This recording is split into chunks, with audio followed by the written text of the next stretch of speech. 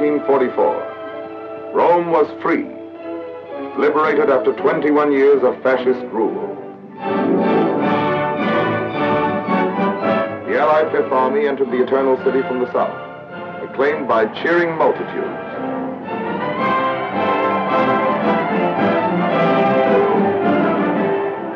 Through the streets where the chariots of the Caesars once rolled, tanks and trucks rumbled past historic landmarks. Colosseum, the Forum, the Victor Emmanuel Memorial, tomb of Italy's unknown soldier, the Piazza Venezia. Mussolini looked down from his balcony upon the people he had led to sorrow and ruin. The liberation of Rome was part of the all-out offensive in Italy, coordinated with drives upon the Nazi fortress from England and Russia. The Germans were driven from Rome exactly 9 months and a day after the beginning of the Allied campaign in Italy. Conceived by the combined chiefs of staff, the campaign had two phases.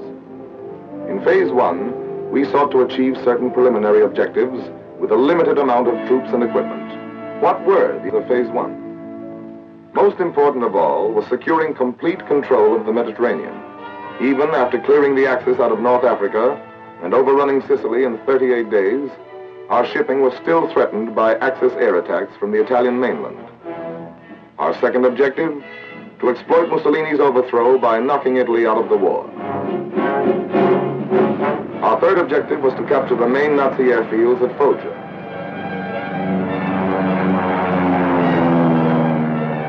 Fourth, we wanted to engage the enemy at the quickest point of contact and force him to withdraw as many divisions as possible from the Russian front and the invasion front in Western Europe.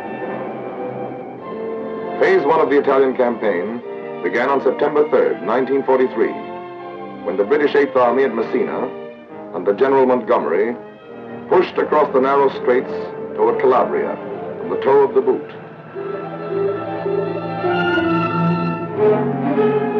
And landed there virtually unopposed. The towns of the toe were swiftly occupied, and the Eighth Army pressed north up the peninsula. By September 8th, we had swiftly accomplished one of our objectives when General Eisenhower announced the capitulation of Italy. The Italian fleet surrendered, and 66 Italian divisions laid down their arms. On September 9th, the Fifth Army, composed of American and British troops under General Mark Clark, headed for Salerno, 28 air miles south of Naples, the furthest point which could be protected by an umbrella of fighter planes from our bases in Sicily. At 5 a.m., the first wave went in. Seized German film shows the Germans entrenched on high ground, overlooking the harbor and beaches. They had moved in the day before, determined to prevent our landings. Despite heavy enemy fire, the first wave swarmed ashore with timetable precision. But before we could consolidate our positions, the Germans intensified their attacks.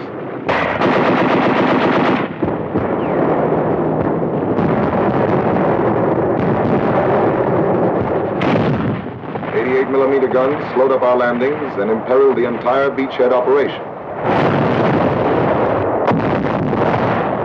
Despite heavy support from the combined fleets, the situation grew more critical.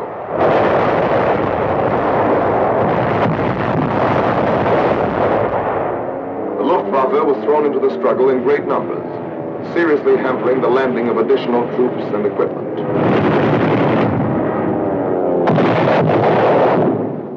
Support from the RAF and the 9th American Air Force reached its peak when 1,860 sorties were flown against German troop concentrations on September 14th. On that day, the German news agency announced that Salerno was another Dunkirk. Actually, the beachhead had been secured, despite heavy losses.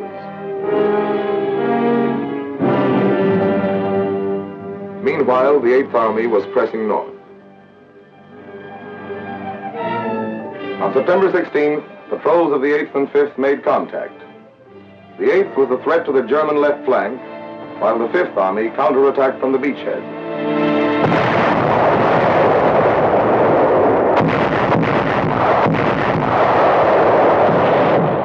The Germans fell back fighting before the Allied assault. Tommies and doughboys drove them out of the foothills and pressed after them. The German withdrawal was complete. General Clark's order of the day read, "We are here to stay. Side by side with the 8th Army, the 5th Army will advance." On September 27th, the 8th captured the Foggia airfields, achieving 2 more of our objectives.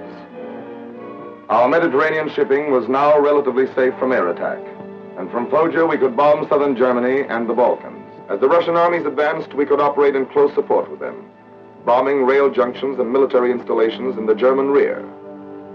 Budapest, Belgrade, Bucharest, Ploesti, Sofia. On October 1st, 3 weeks and a day after the Allied landings at Salerno, the 5th entered Naples, one of the great ports of the world. The damage done by the Germans was soon repaired, and it rapidly became our main supply artery. As our troops pushed north, they passed countless thousands returning to their battle-scarred homes.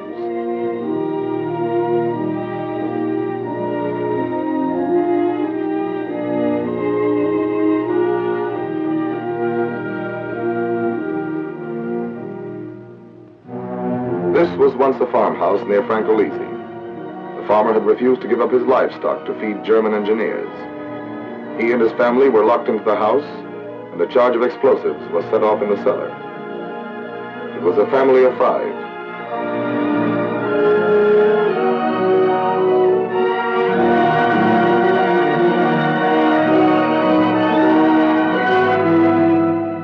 One month after our landing, we reached the Volturno River.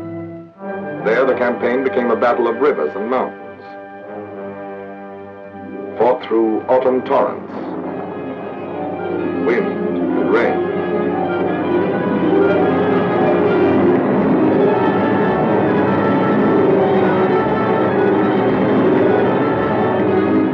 Our progress was slow.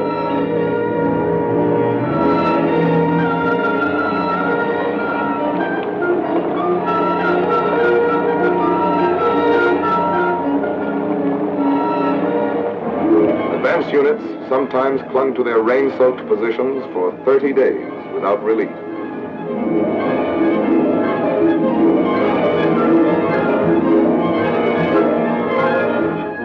Mud and mire followed the rains as we struggled forward.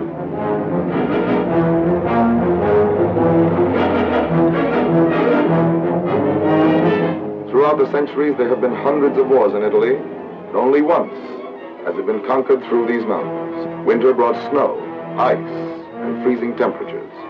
A topographical map shows how the mountains lie like an endless row of fortresses, each protected by its moat, a river at right angles athwart our line of march. Here, weeks were consumed forcing a single pass, crossing a single river. 100 men often held up 1,000.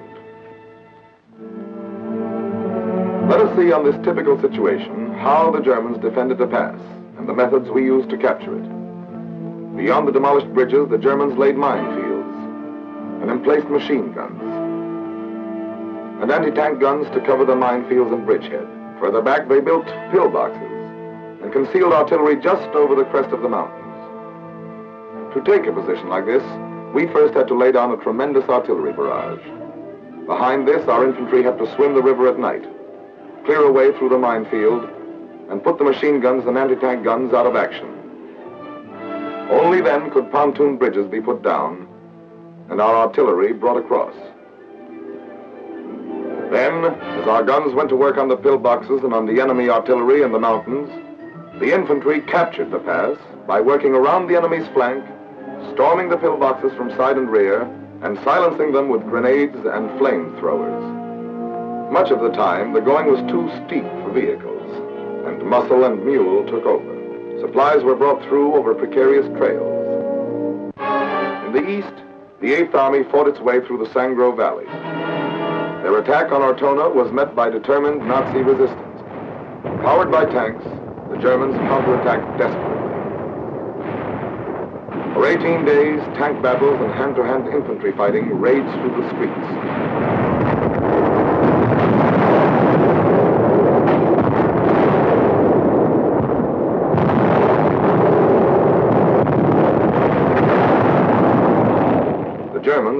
finally driven into the northwest corner of the town.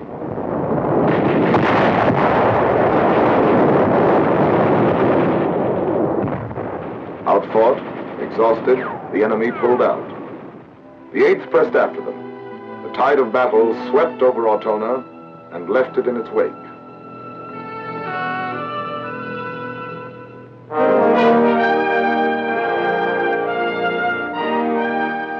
When General Eisenhower visited the Central Front, it was 3 months since we had crossed the Volturno. Orders to hold at all costs. Cassino lies on the northern slope of the Liri Valley, through which runs the Via Casilina, Highway number 6. Possession of the valley and the mountains overlooking it from both sides would take us forward to the foot of the last mountains, barring our way to Rome. Our plan was to force the Rapido River both to the north and south of the town. While the southern force maintained pressure, the northern unit was to circle through the mountains behind it, clean the Germans out of their positions there, and storm the town from north and rear. At Hangman's Hill, this unit fought for days. Other vantage points changed hands again and again.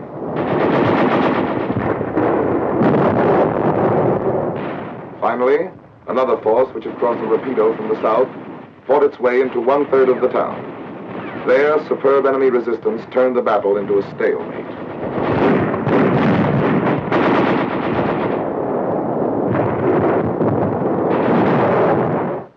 The Gustav Line ran across the peninsula and was anchored at Cassino. To break the stalemate, we tried an end run, amphibious landings at Anzio and Nettuno. The Germans were caught off guard, and for several days, American and British troops encountered only light opposition as they landed and consolidated the beachhead. It was up to the German High Command to determine the importance of this new threat to their flank and rear. Marshals Rommel and Kesselring decided against falling back and brought in 13 fresh divisions from their dwindling strategic reserves. More and more, we were accomplishing our objective of diverting Nazi divisions from the Western and Russian front. Heavy Luftwaffe raids supported those 13 divisions as they sought to drive us into the sea.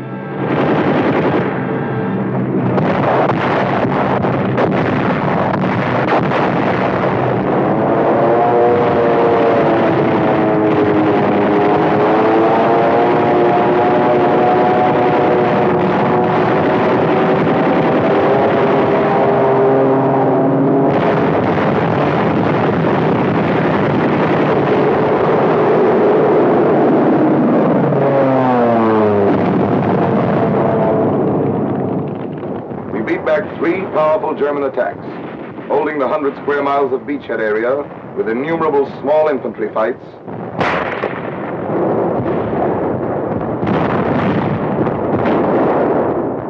and tremendous artillery barrages.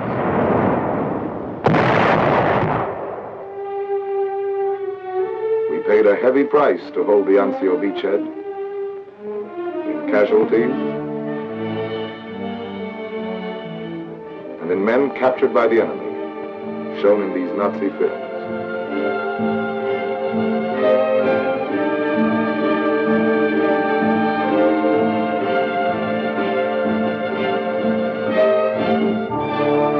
Back at Cassino, the fight continued.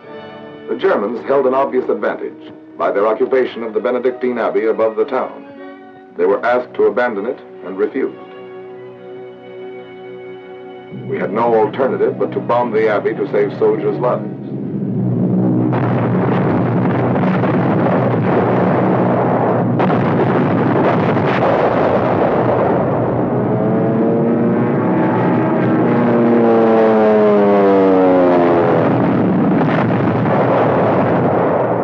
One month later, 543 Allied planes tried to blast the enemy out of the town with a load of 1,144 tons of bombs.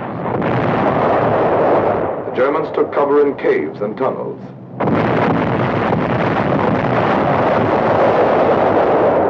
Behind the fighting at Cassino, preparations were underway for Phase 2 of the campaign, the all-out assault. Phase 1, the preliminary campaign, was drawing to an end. Reinforcements and great quantities of new equipment were brought in. Our forces were regrouped. British and Polish troops in the Liri Valley, Americans in the west along the Garigliano River, the French Expeditionary Corps in the center. By sunset, May 11th, preparations had been completed. All along the front, the German-dominated heights were under the muzzles of Allied guns. At 11 p.m., they went into action.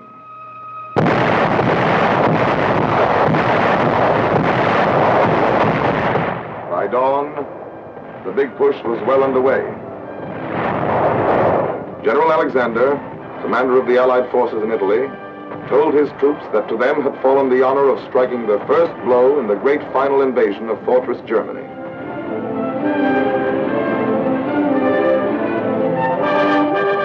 Between Cassino and the western coast, the powerful blows launched by the British, Poles, French, and Americans shattered the Gustav Line. By May 17th, only Cassino remained in German hands. Behind tanks hampered by the wreckage, British, Indian, and Polish troops fought their way in.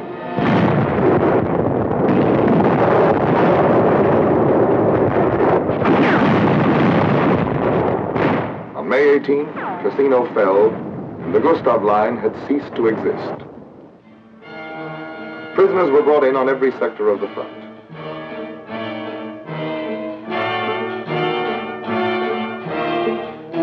Thousands more were slain.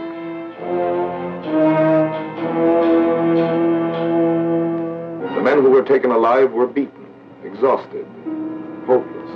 The power of our offensive was written in their dazed, haunted faces. But there were still 17 German divisions in Italy that had to be battered to pieces. The Adolf Hitler line swung back like a gate, then crumbled beneath the sledgehammer Allied blows. On May 23rd, the Anzio troops broke out of their beachhead area, and 2 days later the two groups met at Borgo Grappa. After 4 months of anguished fighting, the beachhead forces had accomplished their mission, to threaten the German rear and compel them to fall back. The road to Rome was lined with the wreckage of Nazi legions, blasted by Allied air power as they fled before the reunited Fifth Army.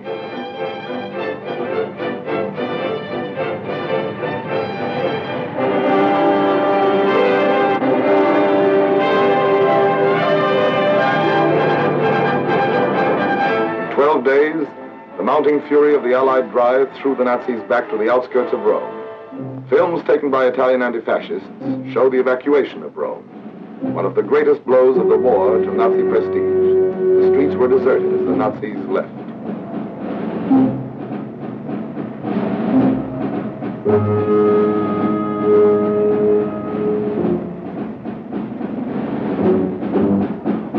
After 21 years, a free Rome laughs again. A free Rome speaks again. A free Rome reads again.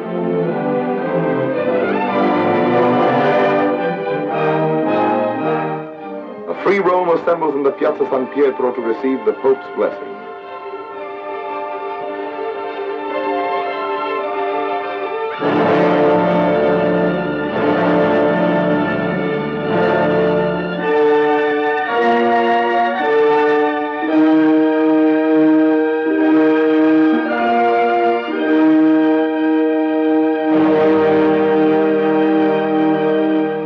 Free Rome prays, remembering the dead.